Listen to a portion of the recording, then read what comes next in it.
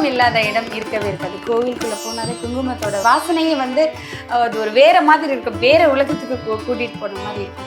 அப்பேற்பட்ட குங்குமத்தோட மகிமையை பத்தி நம்ம நேயர்களுக்காக தெளிவா சொல்லுங்க. இந்த குங்குமம் அப்படின்னாலேமா நம்ம அதனோட மகிமையை பத்தி சொல்றதுக்கு பதிலா மார்க்கண்டேய புராணத்துல குங்குமத்தினோட மகிமையை சொல்லியிருக்காங்க. அதாவது மஞ்சளுக்கும் குங்குமத்துக்கும் என்னென்னலாம் மகிமை இருக்கு அப்படின்னு மார்க்கண்டேய புராணம் நிறைய விஷயம் சொல்லியிருக்கு.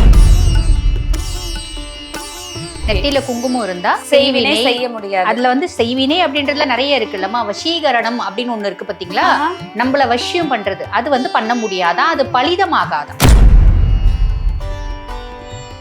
அதுக்கப்புறம் வந்து இந்த விரல், இது வந்து ஆள்காட்டி விரல். இந்த ஆள்காட்டி விரல்ல ஒருத்தவங்க ரெகுலரா குங்குமம் வைக்கும் போது அவங்களுக்கு வந்து பாத்தீங்கன்னா தைரியமும் தன்னம்பிக்கையும் நிறைய வருமா, உற்சாகமும் அசாத்திய ஒரு நம்பிக்கையும் அசாத்திய ஒரு துணிவும் வருமா இந்த கையில வைக்கும் இது வருமா. அதுக்கப்புறம் வந்து பாருங்க, இந்த விரல்ல நம்ம வைக்கவே மாட்டோம் சரிங்களா. இந்த விரல் நடுவிரல் பாத்தீங்களா, இந்த நடுவிரல்ல குங்குமம் வச்சா நோய் நொடி இல்லாத வாழ்க்கை கிடைக்கும்.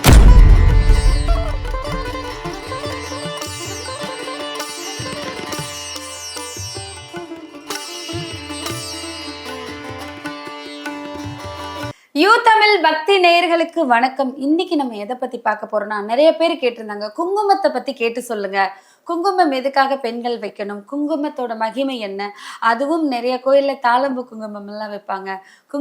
குங்குமம் வைக்காம நெத்தியை பார்த்தாலே சிலர் வீட்டுல திட்டுவாங்க, நெத்தில ஏன் பொட்டு வைக்காம இருக்க, குங்குமத்தையாவது எடுத்து வை அப்படின்னு சொல்லுவாங்க. சோ அப்பேற்பட்ட குங்குமம் எல்லா கோவில்களிலுமே திருநீர் கொடுக்காம கூட இருப்பாங்க, ஆனா குங்குமம் இல்லாத கோவில் இருக்கவே இருக்காது. குங்குமம் இருந்தா இந்த இடமே பயங்கரமா மனமா இருக்கும். அப்பேற்பட்ட குங்குமத்தோட மகிமையை பத்தி நம்ம டாக்டர் தீபா அவங்க கிட்ட கேட்டு தெரிஞ்சுக்கலாம் வாங்க. வணக்கம் மேம். வணக்கம். நம்ம கிட்ட வந்து ஒருத்தவங்க கேட்டிருக்கிறாங்க, என்னன்னா வந்து குங்குமத்தை பத்தி கேட்டு சொல்லுங்க அப்படின்னு சொல்லியிருக்காங்க. சோ குங்குமம் இல்லாத இடம் இருக்கவே இருக்காது. கோவிலுக்குள்ள போனாலே குங்குமத்தோட வாசனையே வந்து அது ஒரு வேற மாதிரி இருக்கும், வேற உலகத்துக்கு கூட்டிட்டு போன மாதிரி இருக்கும். அப்பேற்பட்ட குங்குமத்தோட மகிமையை பத்தி நம்ம நேயர்களுக்காக தெளிவா சொல்லுங்களேன். இந்த குங்குமம் அப்படின்னாலேமா நம்ம அதனோட மகிமையை பத்தி சொல்றதுக்கு பதிலா மார்க்கண்டேய புராணத்துல குங்குமத்தினோட மகிமை சொல்லியிருக்காங்க.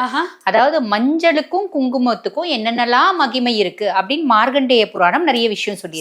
மார்க்கண்டேய புராணம்னாலே இந்த ஒரு ஒரு விஷயம் வாங்கியிருந்தாரு, எப்பவுமே உனக்கு வயதே ஆகாது என்றும் 16 அப்படி சொல்லி என்ன கோத்திரம், மார்க்கண்டேய கோத்திரம் அப்படின்னு சொல்லி சொல்லுவாங்களே. சோ அந்த புராணத்துல இருந்து என்றும் 16 சகாவரம் பெற்றவன் தான் மார்க்கண்டேய. அந்த மார்க்கண்டேயனோட பத்தி அவனோட ஒரு வரலாறுகளையும் ஈஸ்வரனோட ஒரு அருமைகளையும் பெருமைகளும் போற்றும் விதமா இந்த மார்க்கண்டேய புராணம் இருக்கும். அந்த மார்க்கண்டேய புராணத்துலதான் வந்து பாத்தீங்கன்னா மஞ்சளுக்கும் குங்குமத்துக்குமான சிறப்பு கொடுத்திருப்பாங்க சரிங்களா.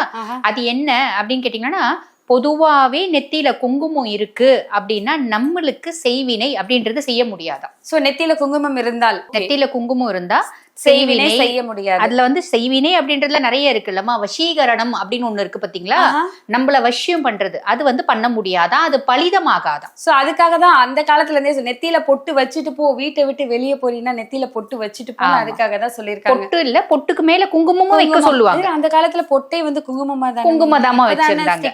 ஆமா ஆமா. இப்ப அது வந்து ரொம்ப பழைய காலமா குங்குமே வச்சிருந்தது. இப்ப குழந்தைங்களுக்கு வந்துட்டு மை கூட அந்த குங்குமத்துல ஏதோ பண்ணிதான் பண்ணுவாங்க. நெத்தியில அதை வச்சுதான் அந்த குழந்தைங்களே வெளியே கூட்டிட்டு போவாங்க. ஏன்னா காத்து கருப்பு அண்டாம இருக்கும் அப்படின்னு சொல்லிட்டு வயசு பிள்ளைங்களுக்கு எல்லாம் வந்து பாத்தீங்கன்னா பொட்டு வச்சு அதுக்கு மேல சாந்து வைப்பாங்க. சாந்து வச்சு அதுக்கு மேல குங்குமம் வைப்பாங்க. எதுக்கு அப்படின்னா வந்து இந்த மாதிரி வசீகரணம் எல்லாம் பண்ணாம இருக்கிறதுக்கு. இது வந்து புராணங்களும் அதை சொல்லுதுமா.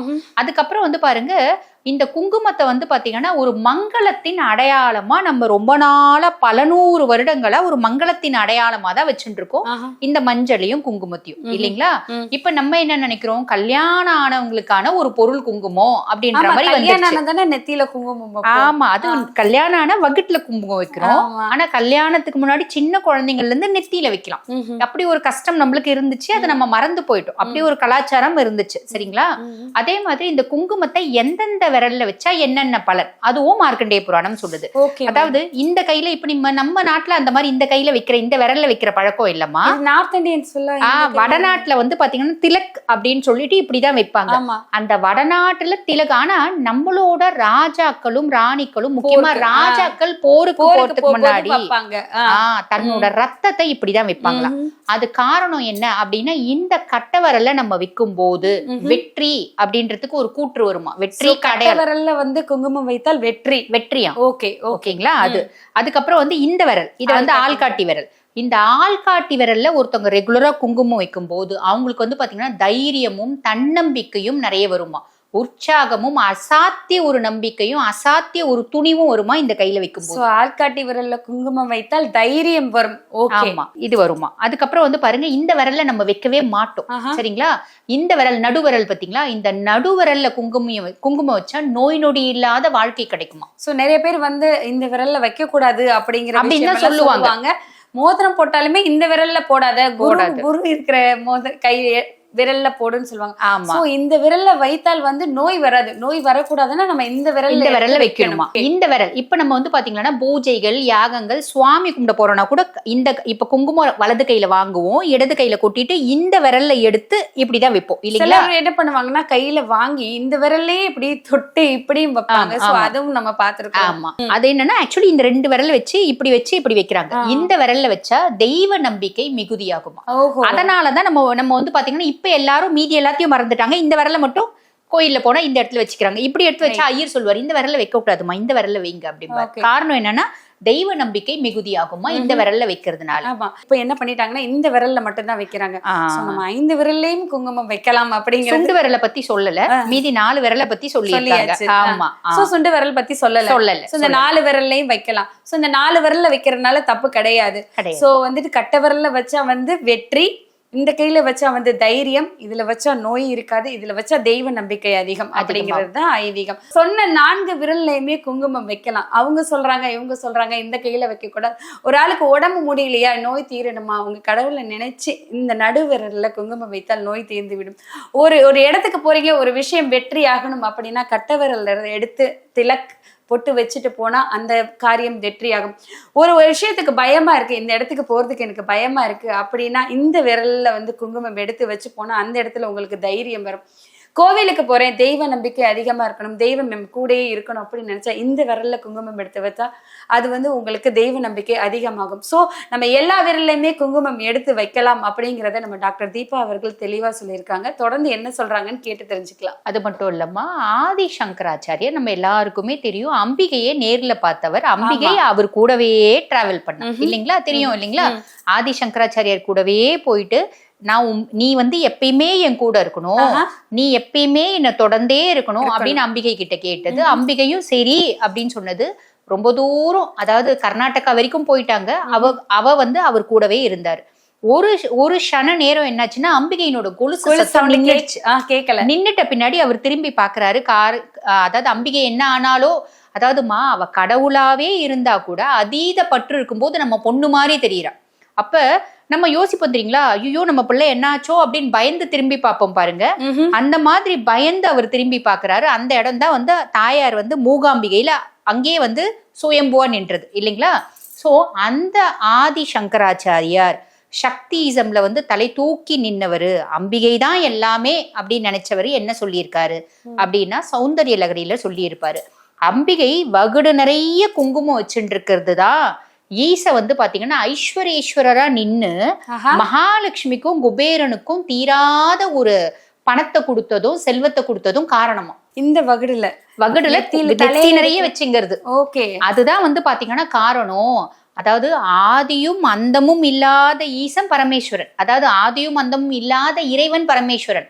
அந்த பரமேஸ்வரனோட ஒரு சக்சஸ்க்கே வந்து பாத்தீங்கன்னா அம்பிகையினோட நெற்றி குங்குமம் தான் காரணம். ஸோ இதுல என்ன விஷயம்னா மேம், ஒரு நார்த் இந்தியன் பீப்புள்ஸ் எல்லாம் பார்த்தா வடநாட்டு சைடு போனாலே பெண்கள் வந்து இங்க இருந்து இங்க வரைக்கும் வகுடு எடுத்து வகுடுல ஃபுல்லா அங்க மோஸ்ட்லி பார்த்தா வந்து ஆரஞ்சு கலர்ல இருக்கும், டார்க் ரெட் கலர்ல இருக்கும் குங்குமம் எல்லாம். நம்ம தமிழகத்தை பொறுத்த வரைக்கும் தாளம்பூ அரக்கு கலர் தாளம்பூ குங்குமம் இருக்கும். சோ அந்த குங்குமம் எத்தனை குங்குமம் வந்தாலுமே அந்த தாளம்பூ குங்குமத்துக்கு இணையாகாது. அவ்வளவு வசனையும் அவ்வளவு மனமும் இருக்கும். அது மீனாட்சி அம்மன் கோவில்ல இருக்கிற தாளம்பூ குங்குமம். ஈடு இணை எதுவுமே கிடையாது. அவ்வளோ ஒரு ஒரு அந்த குங்குமம் வாடை வந்தாலே நம்மளை சுத்தி அம்பிகை நிக்கிற மாதிரியான ஒரு இதுதான் இருக்கும். சோ வந்து குங்குமத்துல இவ்வளவு விஷயங்கள் இருந்திருக்கு. சோ வேற என்னெல்லாம் மேம் இருக்கு? இப்ப நீங்க சொன்னீங்க பாத்தீங்களா, வடநாட்டுல வைக்கிறாங்க, அவங்க திருசனம் மாதிரி வைப்பாங்கம்மா. இதுக்கு சீதா தேவிய ஒரு உதாரணமா சொல்லுவாங்க. ஒரு முறை என்ன பண்ணிருக்கா, சீதா தேவி அவரோட நெத்தி பொட்டுல நிறைய வகுட்டுல வந்து குங்குமம் வச்சிருந்திருக்கா, திருசனம் வச்சுட்டு வந்திருக்கா. அப்ப வந்து ஆஞ்சநேயர் கேட்டிருக்காரு, அம்மா இது என்ன நெத்தியில வச்சிருக்கீங்க அப்படின்னு கேட்டிருக்காரு. அப்ப சீதா தேவி என்ன சொல்லியிருக்கா, ஹனுமா இத வச்சா நம்ம உன்னோட இறைவன் இருக்காரு பாரு ஸ்ரீராமச்சந்திரமூர்த்தி, அவரோட ஆயுசு அதிகமாகும், அதுக்காக இதை வச்சிருக்கேன் அப்படின்னு அவ வந்து சொல்லுவா. உடனே இது என்ன பண்ணும், அந்த குங்குமத்தை எடுத்து உடம்பு ஃபுல்லும் பூசின்னு வந்துரும். இப்ப அதனாலதான் வந்து பாத்தீங்கன்னா ஹனுமன் கோயில்ல அந்த சாத்துவாங்க. அதே மாதிரி ஹனுமன் கோயில்ல செந்தூரம் அது வந்து சாத்துவாங்க, நம்மளுக்கு வந்து நெத்திக்கும் கொடுப்பாங்க. இது வந்து பாருங்க, அதையும் நெத்தி நிறைய வைக்கும் போது அவங்களோட பர்த்தா, அதாவது அவங்களோட கணவன்மார்களோட ஆயுசு கூடும் அப்படின்றது சீதா தேவியும் சொல்லியிருக்கா. இதுலயும் வந்து பாருங்க இந்த குங்குமத்தினோட மகிமை தெரியதான் செய்யுது இல்லைங்களா? சோ ஜென்ரலாவே வந்து பாத்தீங்கன்னா இது வந்து கல்யாணம் ஆனவங்களுக்கு தான், சுமங்கலிக்கு தான் அப்படின்றது கிடையாதுமா. ஆணும் குங்குமம் வைக்கணும். ஆணும் வந்து பாத்தீங்கன்னா 2 புருவமும் இணையிற இடத்துல இந்த ஆக்னேய சக்கரத்துல குங்குமம் வைக்கணும் அப்படின்றது விதிமா. குங்குமம் வச்சா என்ன ஆகும் அப்படின்னு கேட்டீங்கன்னா, நம்மளோட உடல்ல இருக்க ஒரு அதிகப்படியான பாசிட்டிவ் எனர்ஜிஸ் வெளியே போகாது அப்படின்னு சொல்லுவாங்கம்மா. சோ குங்குமத்துல இவ்வளவு விஷயங்கள் இருக்கு. குங்குமம் வைக்கிறதுல வயசு வரம்பு கிடையாது, ஆண் பெண் கிடையாது, குங்குமம் யாரு வேணாலும் வைக்கலாம் அப்படிங்கிற ஒரு விஷயம் சொல்லியிருக்கீங்க. இன்னொரு விஷயம் மேம் கேட்கணும். சில பேர் வந்து என்ன சொல்லுவாங்கன்னா, குங்குமம் வந்து கல்யாணவங்க வந்துட்டு இந்த உச்சியில வைக்கலாம். சில பேர் குங்குமம் பொட்டுக்கு மேலதான் வைக்கணும், பொட்டுக்கு கீழே தான் வைக்கணும், குங்குமத்தை கழுத்துல வைக்க கூடாது அப்படிங்கிற விஷயம் எல்லாம் சொல்றாங்க. அது உண்மைதானா? அது எதுவுமே உண்மை கிடையாதுமா. மேல வேணாலும் வச்சுக்கலாம், நெத்தியில அந்த ஆக்னேய சக்கரத்துக்கு கீழே வேணாலும் வச்சுக்கலாம். ஆனா வந்து சாஸ்திரம் என்ன சொல்லுதுன்னா, அந்த ஆக்னேய சக்கரத்தாண்ட வைங்க அப்படிங்குது. இப்பதானே நம்ம வந்து பொட்ட புருவ மத்தியில வைக்கிறோம். அதுக்கு முன்னாடி இப்ப பழைய காலத்து ஆக்டர்ஸ் எல்லாம் கூட இங்க தானே பொட்டு வச்சிருப்பாங்க, நடுவுல தான் பொட்டு வச்சிருப்பாங்க. இப்ப அது மாறிடுச்சு, நம்ம 2 புருவத்துக்கு நடுவுல பொட்டு வைக்கிறோம். ஆனா அந்த 2 புருவத்துக்கு நடுவுல காலி இருக்க கூடாது, அவ்வளவுதான். மத்தபடி குங்குமம்னாலும் வைக்கலாம், பொட்டுனாலும் வைக்கலாம், நெத்தியில குங்குமம் இருக்கும். கண்டிப்பா. சோ மக்களுக்கு குங்குமத்துல இவ்வளவு விஷயங்கள் இருக்குங்கிறத வந்து ரொம்ப தெளிவா சொல்லியிருக்கீங்க. தொடர்ந்து இந்த மாதிரி நிறைய டவுட்ஸ் கேட்பாங்க, அதை நான் உங்ககிட்ட கேட்பேன், மக்களுக்கு தெளிவா சொல்லிக்கிட்டே இருக்கலாம். தொடர்ந்து பேசலாம். நன்றி. நன்றிமா.